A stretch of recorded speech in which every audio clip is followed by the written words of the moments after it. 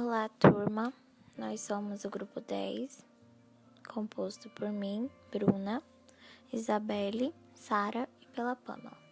O nosso grupo ficou responsável por tratar do tema Escherichia coli patogênica e durante esse slide a gente vai tratar as características, os sintomas, a importância microbiológica, o mecanismo de patogenicidade e vamos falar também sobre a profilaxia e abordaremos um caso que foi muito importante também. Olá, gente, quem tá falando é a Isabelle, tudo bem? Vamos seguir com o nosso assunto. A nossa E. coli, ela é conhecida cientificamente como Escherichia coli e pertence à família das enterobacteriáceas. As principais características dessas bactérias são bacilos gram-negativos, ou seja, o formato dela é bacilo e elas são gram-negativas devido a cápsula que envolve essas bactérias.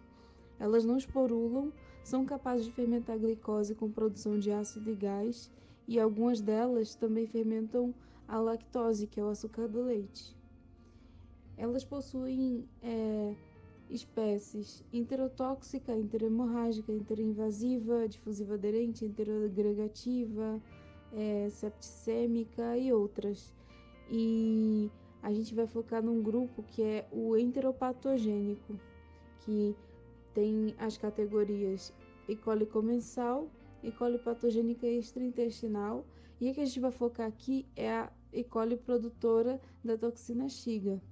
A gente vai falar mais sobre essa E. coli, que é conhecida como Escherichia stech. Sobre a importância microbiológica, a Escherichia coli ela é muito importante como indicador de contaminação de produtos alimentícios e ela deve ser analisada com cautela, porque além de indicar contaminação fecal, a espécie pode ser uma cepa patogênica dessa bactéria.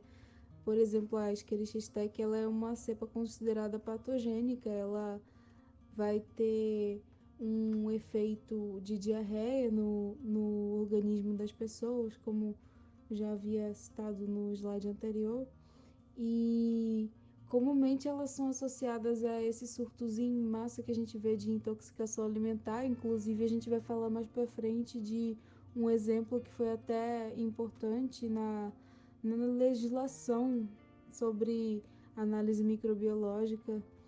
E isso acontece porque essas cepas elas são pertencentes a grupos que habitam no intestino de animais. Então, não é raro a intoxicação alimentar pelo consumo de carne bovina, carne suína, justamente por causa dessas cepas patogênicas de bactéria.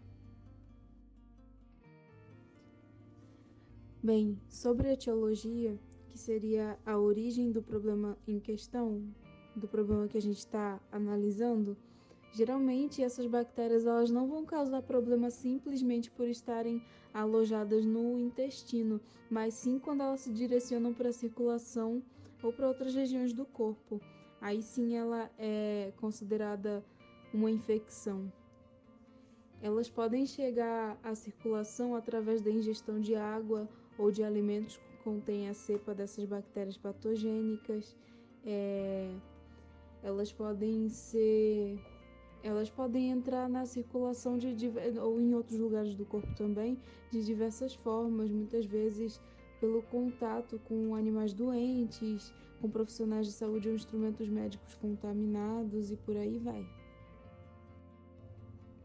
Ainda sobre a forma de contaminação, vou destacar aqui algumas fontes de contaminação importantes no ciclo de transmissão dessa bactéria. Ela pode ser transmitida via oral fecal, pela água contaminada, por esgoto, alimentos contaminados que muitas vezes, por exemplo, uma fruta foi, aspas, higienizada com água que está contaminada com essa bactéria. Às vezes é usado ingredientes de má procedência ou mal manipulados para preparo de alimentos, vegetais mal lavados, porque muitas vezes ele pode vir contaminado da terra. Então, se a higiene não é feita de modo adequado, eles podem sim ser fontes de contaminação de bactérias. E também o mau cozimento dos alimentos, de carnes principalmente, contato direto com ambientes infectados, como rios, lagos e esgoto, também podem ser fontes de contaminação. Oi, pessoal, meu nome é Pamela e a partir de agora dou continuidade ao nosso trabalho com foco na Escherichia coli stech, produtora da toxina de Shiga. Embora a maioria dessas bactérias E. coli habitem o intestino de mamíferos e aves como simples comensais, nós vimos que dentro do conjunto dessas espécies existem diversos subgrupos que apresentam características que os capacitam a causar doenças, e esse é o caso do subgrupo da Escherichia coli stech, produtora da toxina de Shiga. É o nosso patógeno em questão e está envolvido em doenças transmitidas por alimentos, desde uma leve diarreia até graves quadros de colites hemorrágicas, podendo evoluir para sérias complicações extraintestinais. Normalmente, a Escherichia coli stech chega até o intestino humano por meio de alimentos ou água contaminada, e o período de incubação da enfermidade provocada pela stech é bastante peculiar, sendo maior do que de outras doenças que também provocam diarreia. Compreende de 3 a 4 dias, com uma média de 8 dias de duração. E quais seriam os sintomas iniciais? Cólicas abdominais, diarreia abundante e febre de curta duração, podendo ter ocorrência de vômitos. Após 2 dias, fezes sanguinolentas com presença de coágulo e intensificação de dor abdominal, com duração de 4 a 10 dias. Na maioria dos pacientes não há sequelas, mas em aproximadamente 10% dos casos, a doença pode sim progredir para síndrome hemolítica urêmica e complicações subsequentes. Mais para frente, a gente fala um pouquinho mais sobre essas complicações da doença. Mecanismo de patogenicidade. Bem, já sabemos que a Escherichia coli stech é capaz de produzir uma toxina chamada toxina de Shiga. E aqui é interessante destacar que a bactéria recebe essa nomenclatura porque a toxina de Shiga é produzida por outra enterobactéria chamada de Shigella, que foi identificada lá no século XX e já é bastante conhecida pela comunidade científica. Já o patógeno de interesse aqui, a stech, foi descoberto bem depois, por isso essa denominação.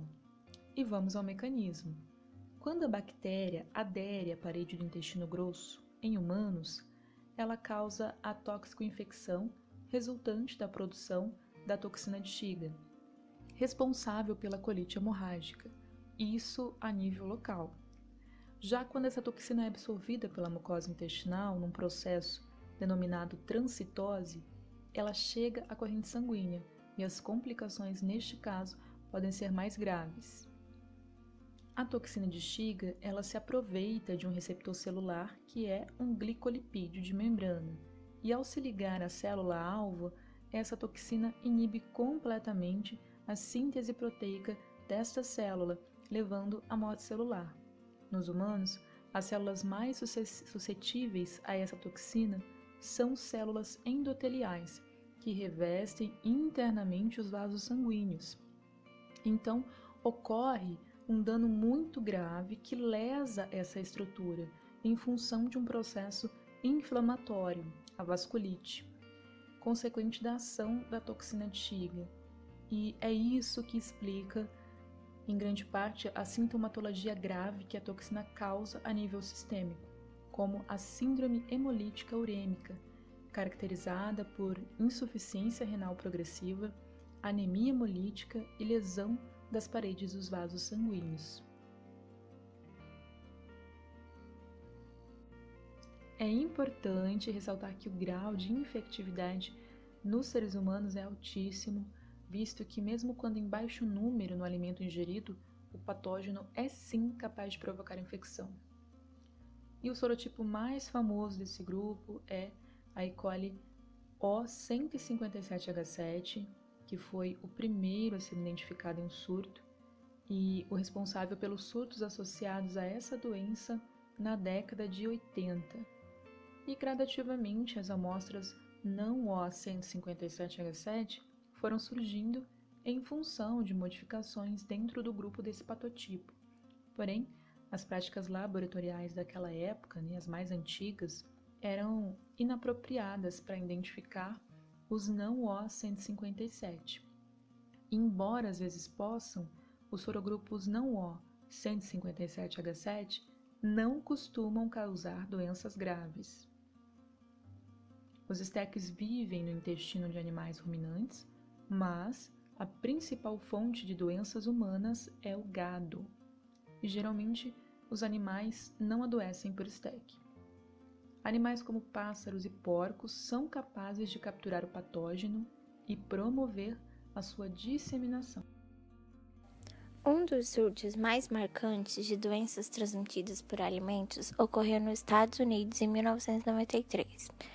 Esse caso ele foi amplamente divulgado pela mídia, onde as vítimas e seus familiares tiveram espaço para contar suas histórias. Bom, tudo se deu início quando no dia 13 de janeiro, o Departamento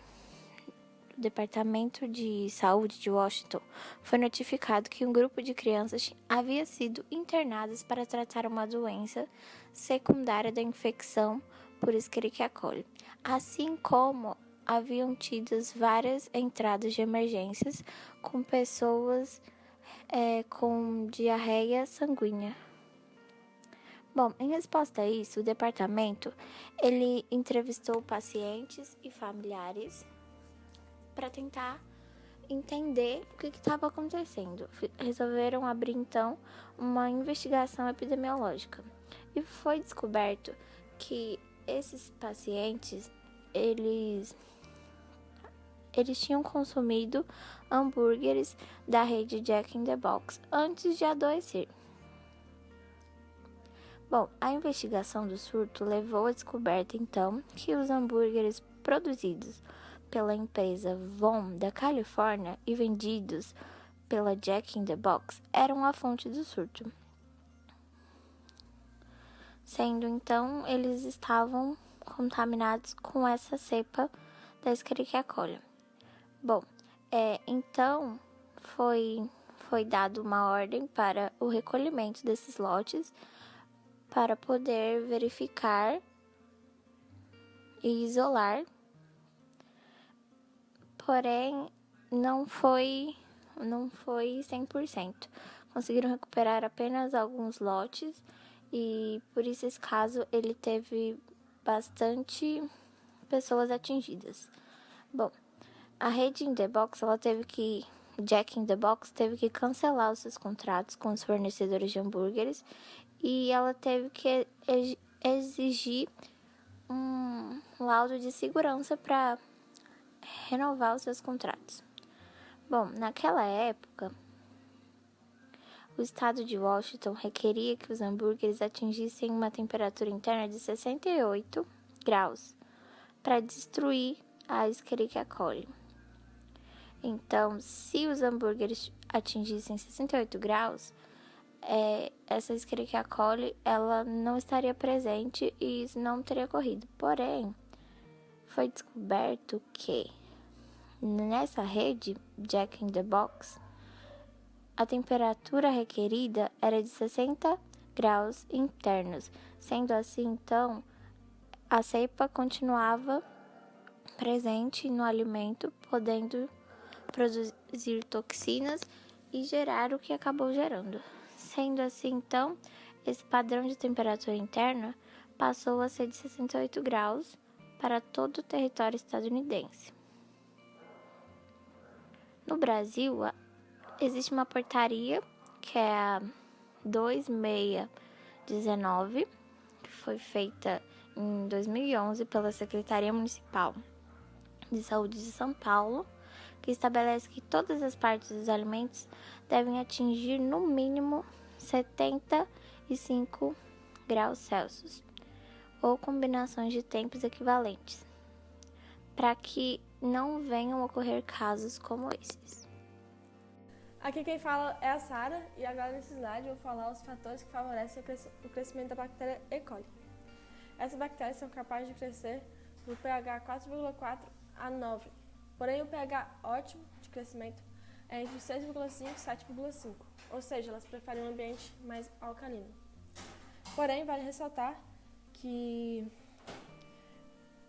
a maior parte dessas bactérias da STEC são adaptadas para sobreviver em ambientes mais ácidos, para conseguir viver no trato gastrointestinal. A atividade da água ideal de crescimento é a partir de 0,95, que está entre os alimentos como carne e vegetais. Os fatores extrínsecos que vêm do ambiente tem uma temperatura ótima de 35 a 40 graus. E a respeito da atmosfera, ela é uma bactéria anaeróbica facultativa, ou seja, ela cresce na presença ou na ausência de oxigênio. Aqui quem fala é a Sara, e nesse slide eu vou falar, na verdade, qual a população suscetível à contaminação por essa bactéria E. coli. Que, na verdade, qualquer indivíduo que tenha ingerido o alimento ou a bebida contaminado pode, sim, ser infectado. Ou até ter tido contato direto com ambientes infectados, como lagos, rios ou esgoto. Porém, as crianças e idosas têm mais alta taxa de mortalidade para essa bactéria. Na Alemanha, teve um surto que muitas pessoas foram contaminadas pela ingestão de verduras, como pepinos, alfaces, tomates, daquela região, que foi no norte do país. E das 12 vítimas fatais, 11 eram mulheres. Mas ainda não há nenhum estudo que comprove que mulheres são mais suscetíveis ou algo assim. Qualquer pessoa pode ser contaminada. Aqui quem fala é a Sara, e nesse slide eu vou falar as medidas de controle para evitar essa DTA. É fundamental manter os hábitos diários de higiene, como lavar as mãos antes das refeições, depois de usar o banheiro e depois de ter contato com animais, e antes de preparar, servir ou tocar os alimentos.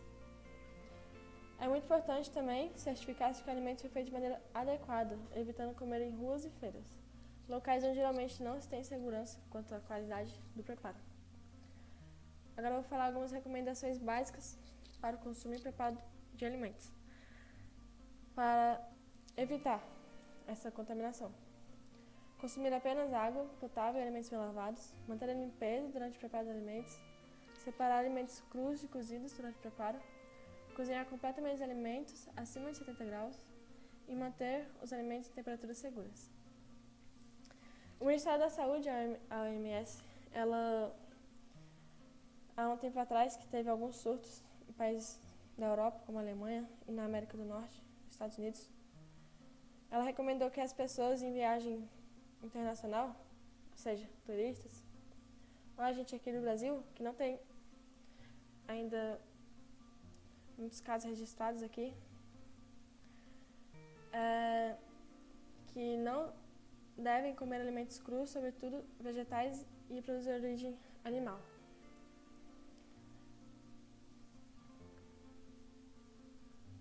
Não seja muito divulgado pela mídia, ocorreram e ainda ocorrem muitos casos de doenças transmitidas por alimentos e contabilizam muitas mortes, seja em escala mundial ou escala nacional.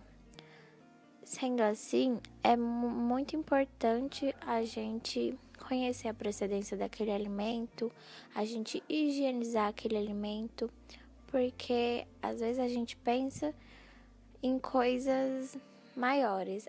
Eu não vou morrer se eu comer alguma coisa.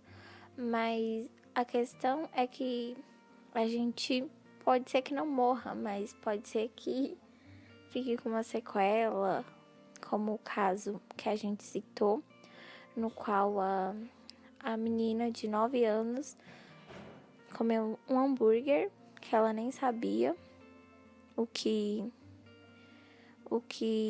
tinha naquele hambúrguer, como as outras pessoas, mas essa menina, por ser mais jovem, ela poderia estar mais suscetível. Ela sofreu falência renal após ficar 42 dias em coma. E é disso que esse slide fala, que esses casos, eles são sim